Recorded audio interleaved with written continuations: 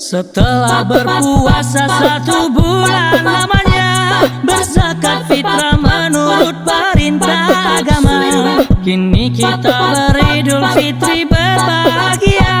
Mari kita berlebaran bersuka gembira, berjabat tangan sambil bermaaf-maafan, hilang dendam habis marah di hari lebaran. Minal aidin wal faizin, maafkan lahir dan batin.